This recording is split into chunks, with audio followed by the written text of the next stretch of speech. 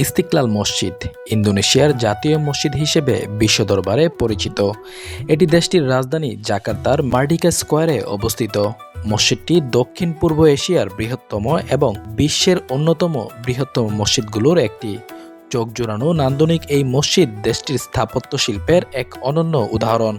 1978 সালে প্রতিষ্ঠিত এই মসজিদটি ইন্দোনেশিয়ার স্বাধীনতা অর্জনের স্মারক হিসেবে নির্মাণ করা হয়েছিল।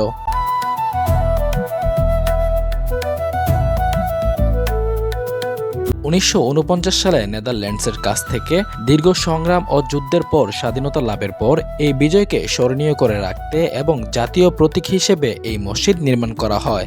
ইস্তেকলাল একটি আরবি শব্দ যার অর্থ স্বাধীনতা, যা দেশটির স্বাধীনতা সংগ্রামকে স্মরণ করায়।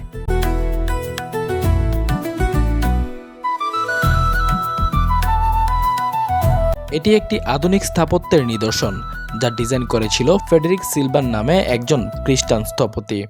17 বছর ধরে নির্মাণের পর 1978 সালে 22 ফেব্রুয়ারি তৎকালীন প্রেসিডেন্ট সুহার্তো এটি উদ্বোধন করেন।